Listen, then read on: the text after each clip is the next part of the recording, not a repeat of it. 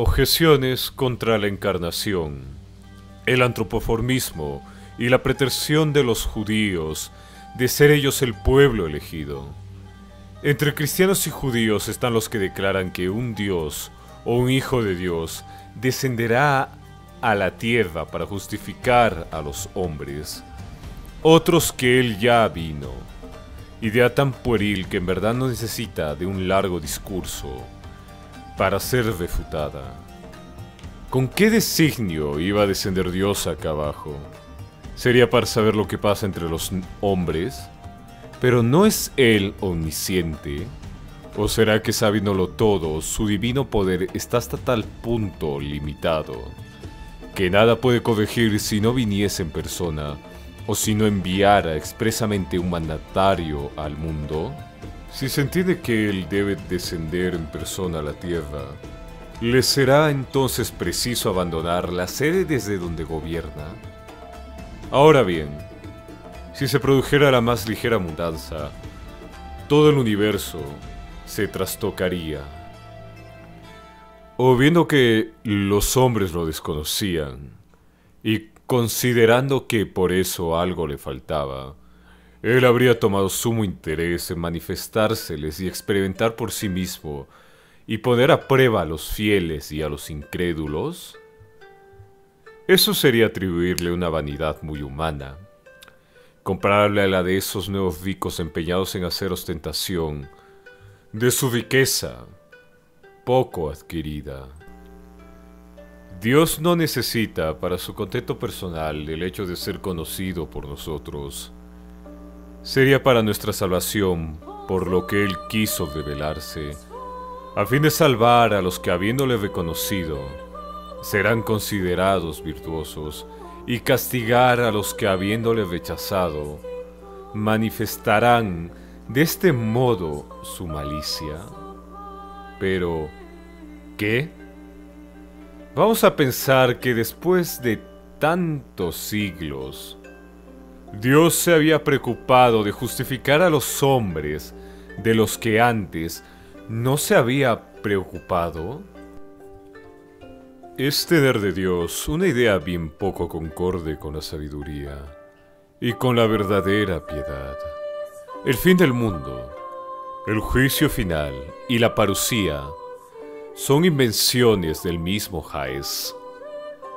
Es un vano espantajo destinado a aterrorizar a las almas flacas, como los espectros y los fantasmas que hacen aparecer en los misterios del libre, para impresionar las imaginaciones. Ellos oyeron decir que después de un ciclo de varios siglos, el retorno de ciertas conjunciones de estrellas, se producen conflagraciones y diluvios.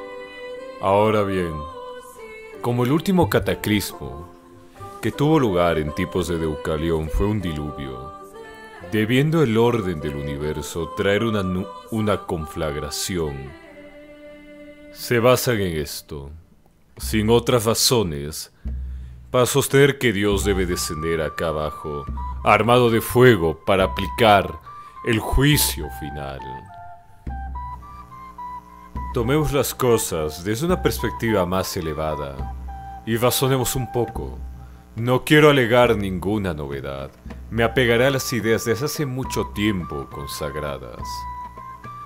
Dios es bueno, hermoso, beato, es el supremo bien y la belleza perfecta. Sufrirá necesariamente un cambio. A su bondad le desagrada la maldad, a su belleza la fealdad, a su beatitud la miseria, a su perfección la infinidad de defectos.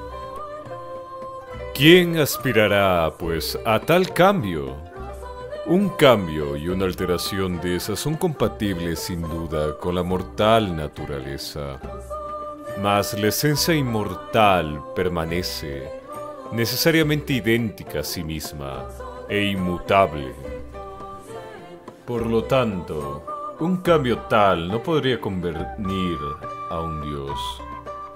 Una de las dos cosas: o Dios se modifica verdaderamente y efectivamente, como ellos dicen, en un cuerpo mortal, o bien, como acabamos de expresar, eso le es imposible. O entonces, sin cambiar efectivamente de naturaleza, lo hace de modo que parezca transformado a aquellos que lo ven, y entonces él engaña, o bien él miente. Pero el embuste y la mentira son siempre dignos de censura, a menos que se recurra a ellas como remedio para aliviar a amigos enfermos o con el espíritu desarreglado, o bien como un medio para desembarazarnos de nuestros enemigos. Pero Dios no tiene como amigos a personas enfermas y de espíritu desarreglado, y por otra parte, Él no tiene a nadie a punto de ser coaccionado a usar el embuste en caso de peligro. Judíos y cristianos, esfuérzanse en justificar la redención cada uno según su propio punto de vista. El mundo, dicen los primeros, por estar lleno de crímenes. Es preciso que Dios envíe a alguien para castigar a los malos y limpiar todas sus máculas, como ocurrió otrora cuando el diluvio y la destrucción de la Torre de Babel. Ahora bien, es evidente que en su historia de la Torre de Babel y de la confusión de las lenguas, Moisés no hizo más que copiar modificándola. La leyenda de los Aloídas, de la misma manera que la historia de Sodoma y Gomorra fue sacada del mito de Faetón. Los cristianos responden con otros considerandos. Fue por causa de los pecados de los judíos por lo que el Hijo de Dios fue enviado a la tierra, y estos, habiéndole hecho perecer y beber hiel, desencadenaron sobre sí la cólera divina. ¿Qué cosa habrá más ridícula que semejante debate? Judíos y cristianos me parecen una bandada de murciélagos o de hormigas saliendo de su agujero, ranas reunidas en torno a su charco, o gusanos en medio de un lodazal, y disputándose entre sí cuáles serán los mayores pecadores. Parece oír a esos animalitos decirse entre sí: es a nosotros a quien Dios revela y predice todas las cosas del resto del mundo. Él no se preocupa. Deja el cielo y la tierra rodar a su aire para preocuparse de nosotros. Somos los únicos seres con los que desea establecer intimidad, porque Él nos hizo a su imagen y semejanza. Todo nos está subordinado: la tierra, el agua, el aire y las estrellas.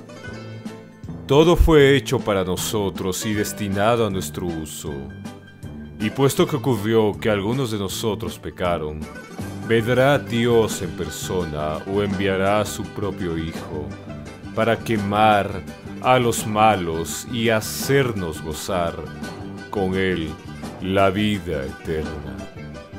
Un tal lenguaje sería seguramente más fácilmente soportable entre los gusanos y las ranas que en la disputa entre judíos y cristianos. ¿Quiénes son, en efecto, esos judíos para justificarse con semejante arrogancia? Son esclavos fugitivos de Egipto, que jamás hicieron algo de notable y que nunca destacaron en nada. ni por su número, ni por su importancia. Para forjarse títulos de nobleza, intentaron hacer remontarse su genealogía a la primera familia de impostores y de vagabundos.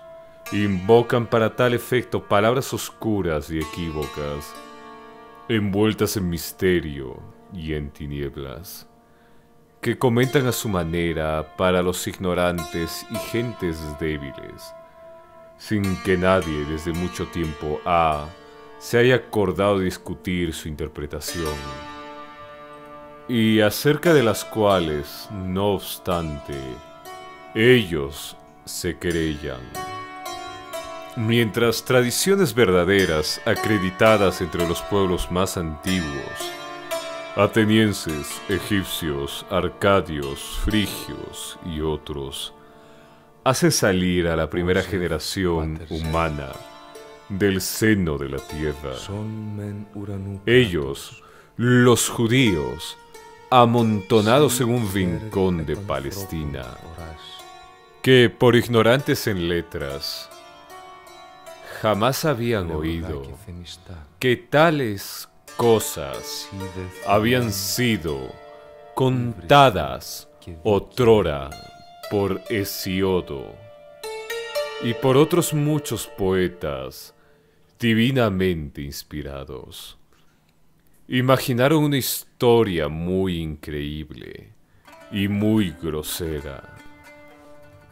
Dios habría fabricado con sus propias manos un hombre, habría soplado sobre él, habría sacado una mujer de una de sus costillas, les habría dado unos mandamientos y una serpiente que contra ellos se había erguido.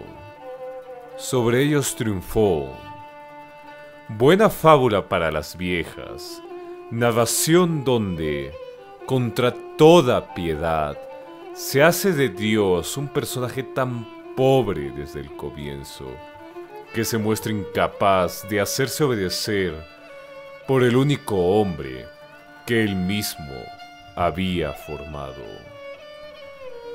Hablan enseguida de un diluvio y de un arca extraordinaria que contenía todos los seres del mundo, de una paloma y de un cuervo que servían de mensajeros.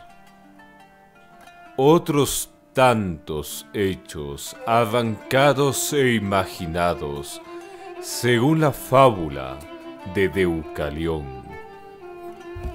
Los autores de estas bellas narraciones no habían pensado en más que entretener a niños, y no habían en modo alguno imaginado que tal narración recorriese las tierras un día. Y de este estilo son todas las demás leyendas. Niños nacidos de mujeres fuera del tiempo previsto, querellas y celadas entre hermanos, fraudes entre madres, Dios dando a sus hijos jumentos, ovejas y camellos, y pozos a los justos. Nuevamente rivalidades fraternas. La horrible venganza de dos hermanos contra los de Siquén. La aventura de Lot y de sus hijas, más abominable que el festín de Tiestes. Los hermanos vendedores, el hermano vendido, el padre engañado, los sueños del gran panadero mayor y del gran copero del rey, y los del propio faraón, explicados por José, la liberación y la maravillosa suerte de éste, los hermanos empujados por el hambre hacia Egipto, la escena del reconocimiento, el traslado del cuerpo del padre para la tumba y, por el crédito de José, la ilustre y divina raza de los judíos implantándose en Egipto, multiplicándose, establecida en el más vil rincón del país y escapándose enseguida mediante la huida. Los más sensatos de los cristianos y de los judíos evitan todas estas ridículas ficciones y para salirse de las dificultades recurren a la alegoría, y las que forjaron son todavía más descaradas y más absurdas aún que las narraciones mismas, por el esfuerzo extravagante que denuncia para establecer relaciones entre las cosas que no les son apropiadas.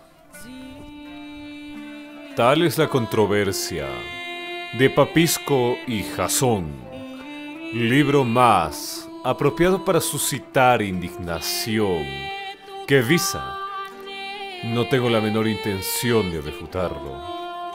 Su capacidad para el absurdo es irritante para quien tuviera el coraje de recorrer sus páginas.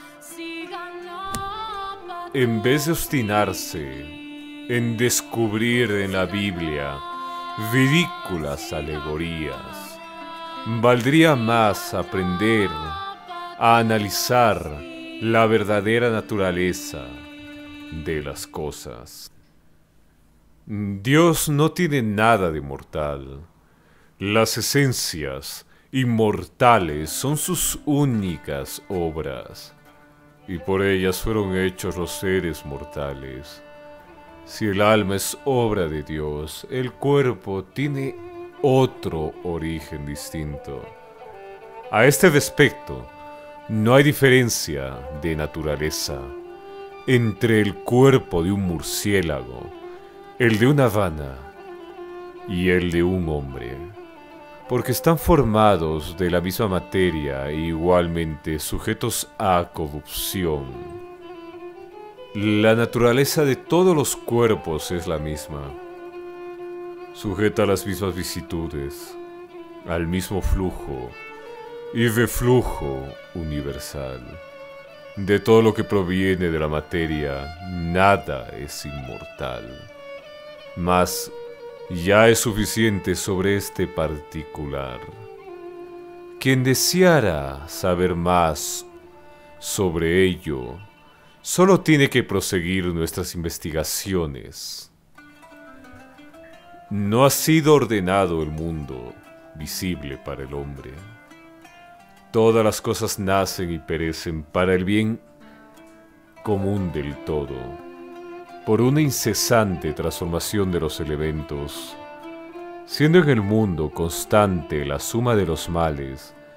No hay motivo para que Dios intervenga para corregir su obra.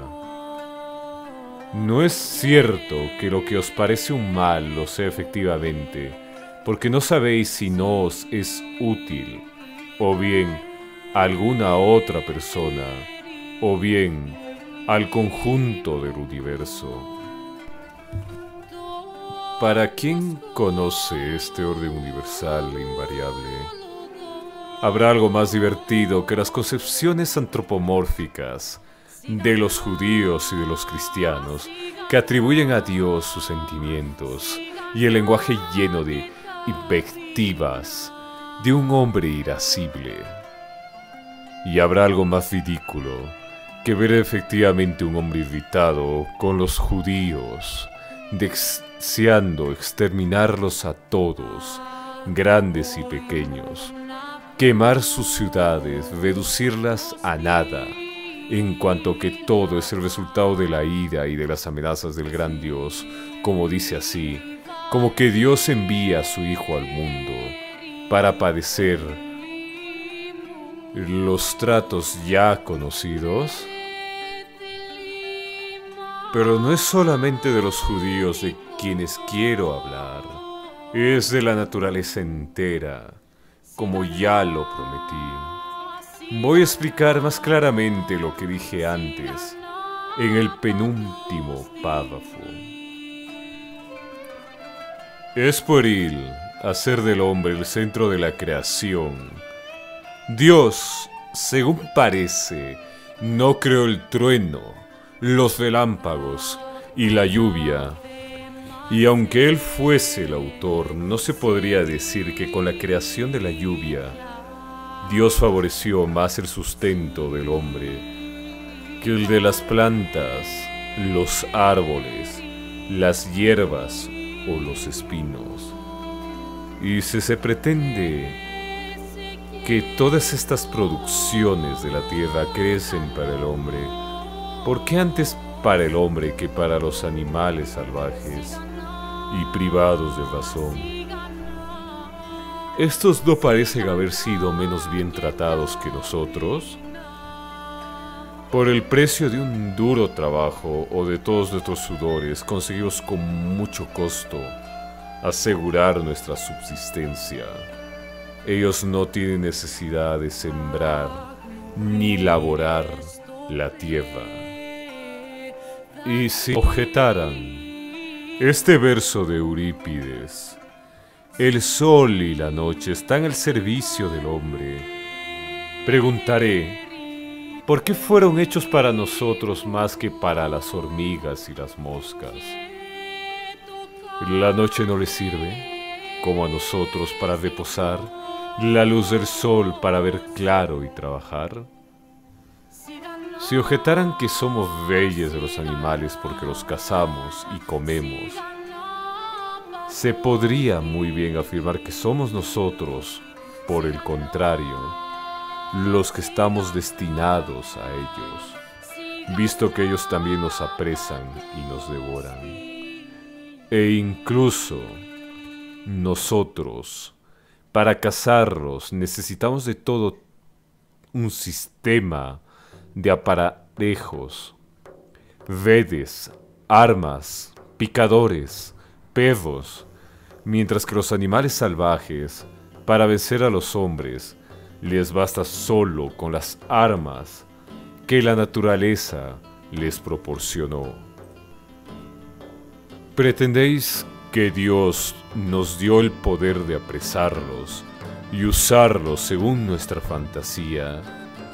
Pero es mucha casualidad que, antes de que los hombres hubiesen constituido sociedades, inventando las artes, fabricando armas y redes, fuesen estos casi siempre apresados y comidos. En vano dirán que los hombres llevan ventaja sobre los animales, pues construyen ciudades, organizan estados, tienen magistrados y jefes para los que gobiernen. Otro tanto se ve entre las hormigas y las abejas. Las abejas tienen una reina, a la cual siguen y a la cual obedecen. Tienen como nosotros guerras, victorias y exterminio de los vencidos. Como nosotros tienen ciudades y poblaciones. Como nosotros, horas de trabajo y de reposo. Como nosotros, castigos para la pereza y la perversidad. Ellas persiguen y matan a los zánganos.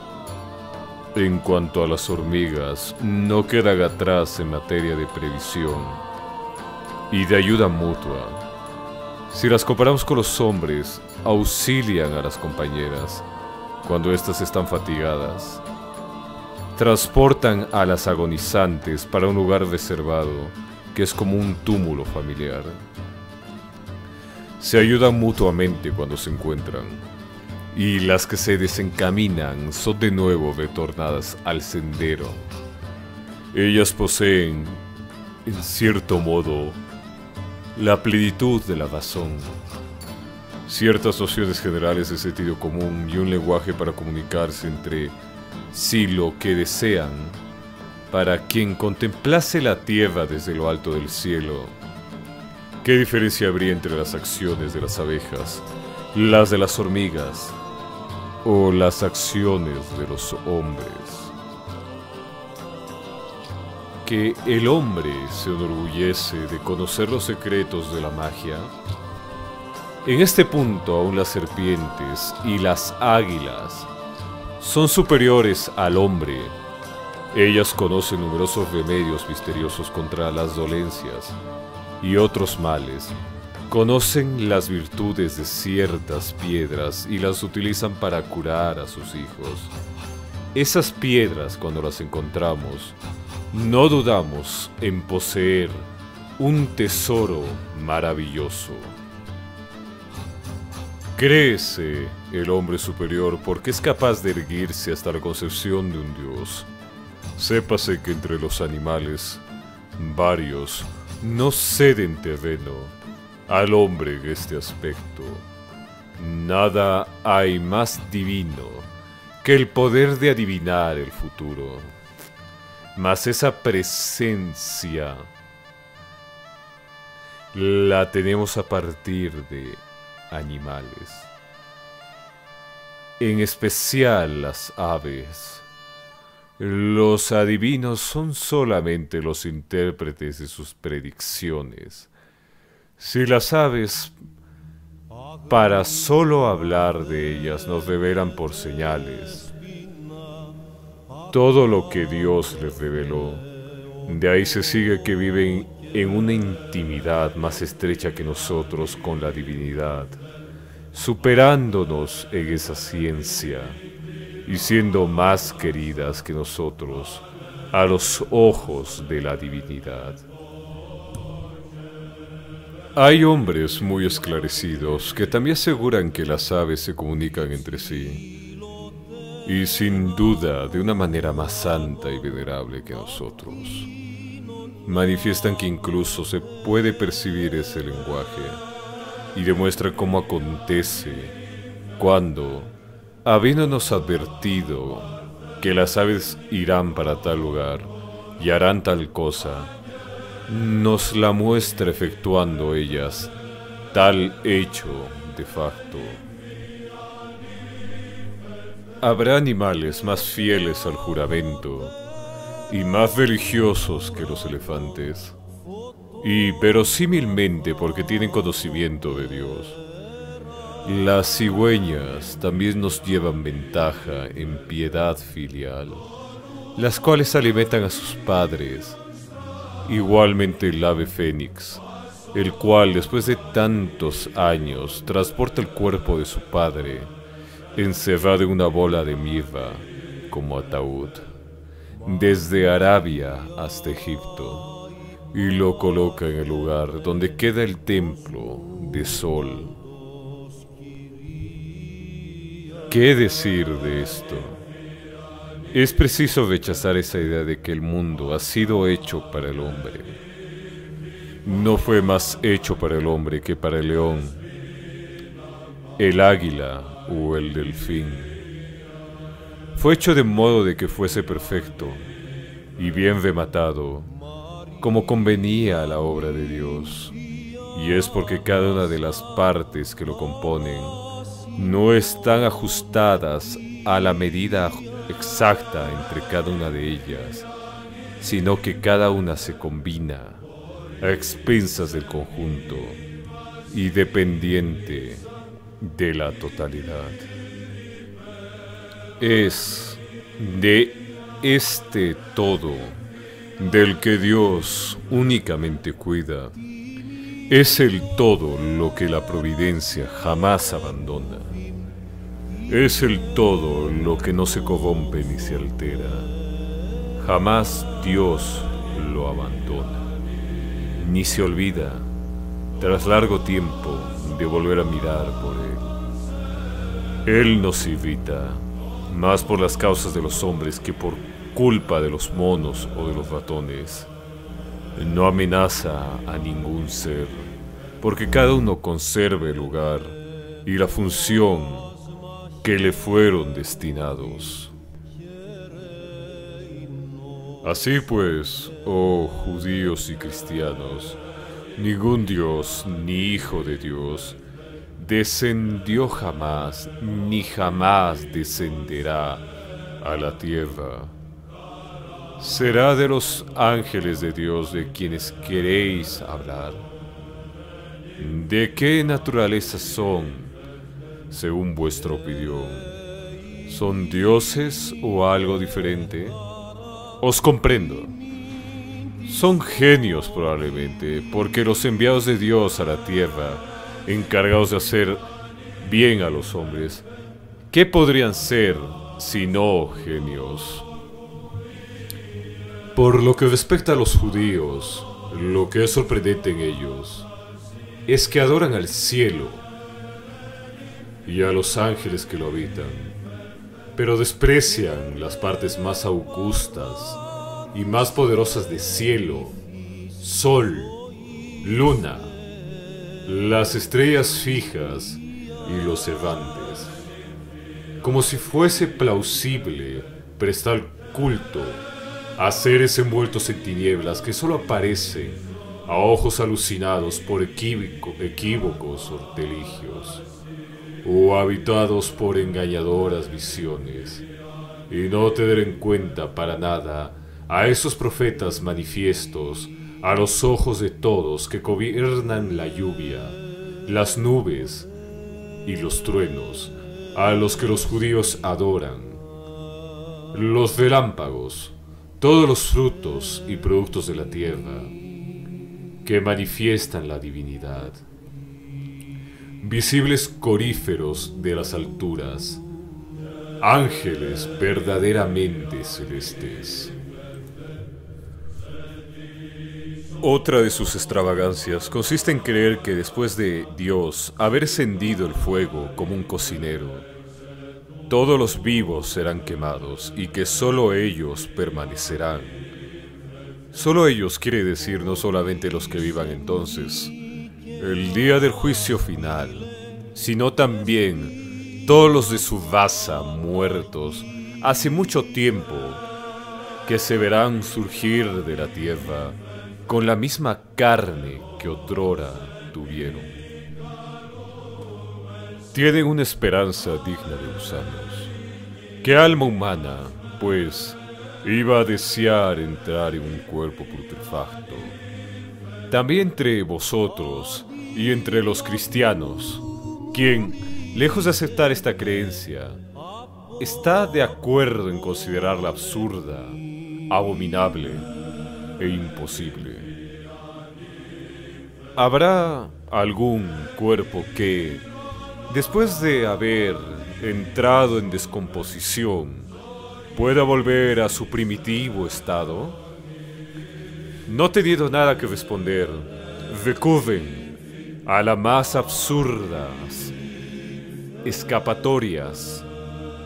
Dicen que a Dios todo le es posible, pero Dios no puede hacer nada vergonzoso, ni querer nada contrario a la naturaleza.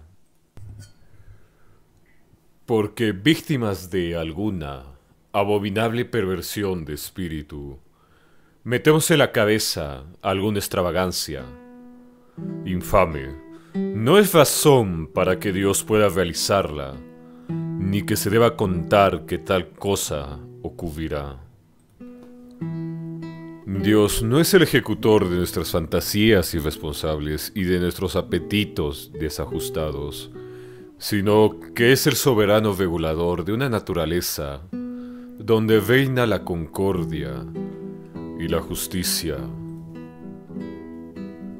Al alma, el bien puede concederle una vida inmortal, pero, como dice Heráclito, los cadáveres valen menos que el estiércol. Tornar inmortal, contra todo sentido, una carne llena de cosas que no se podrán nombrar decentemente, es lo que Dios no querría ni podría hacer, porque Dios es la razón de todo lo que existe, el Logos, del universo, y no puede obrar contra la razón, como no puede tampoco obrar contra sí mismo. En lo que concierne a los judíos, hace largos siglos que se constituyeron en nación y se dotaron de leyes conforme a sus costumbres, y que respetan todavía hoy. La religión de sus padres es la que siguen, valga lo que valiere, o digan lo que dijeran. Permaneciendo fieles a sus padres, no hacen nada que no hagan los demás hombres, pues cada cual conserva las costumbres de su país. Y además es bueno que así sea, no solo porque los diferentes pueblos se dotaron de leyes diferentes, y que es preciso que en cada estado los ciudadanos sigan las leyes establecidas, e incluso porque es plausible que en un comienzo las regiones diversas de la tierra hayan sido repartidas entre otros tantos poderes que las administran, cada uno a su manera, y que en cada región todo funciona bien, cuando se gobierna según las reglas del juego instituidas. Así habría impiedad en infringir las reglas establecidas desde el origen. Esto es lo que escribe Heródoto, y el oráculo de Amón no tiene menos autoridad en lo que concierne a las cosas divinas que los ángeles de los judíos. No existe, por lo tanto, mal alguno en que cada cual conserve las costumbres religiosas de su país. La variedad es grande en los diferentes pueblos e incluso cada uno considera sus costumbres como las mejores. Se puede, a este propósito, invocar el testimonio de Heródoto, quien se expresa en estos términos.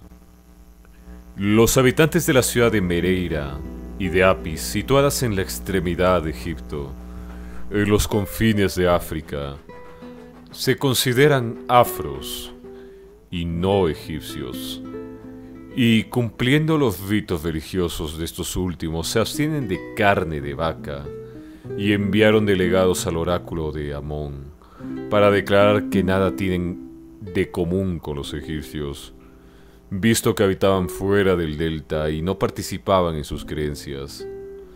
Le piden, por lo tanto, la libertad para comer de todo lo que quisieran, pero el dios se lo prohibió, respondiendo que toda la región que el Nilo baña en sus periódicos desbordamientos era tierra egipcia, y eran egipcios todos los que beban las aguas de ese río, por abajo de la ciudad de Elefantina.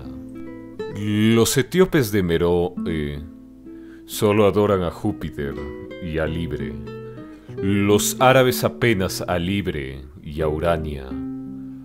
Todos los egipcios adoran a Osiris y a Isis, los aitas en especial a Minerva, los naucratitas, que hace poco que reconocen como diosa Serapis, y a cada uno de los otros grupos reverencian dioses propios.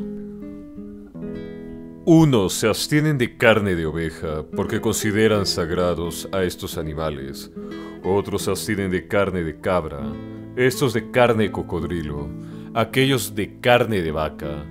Ninguno toca en la carne de cerdo, a la que abominan.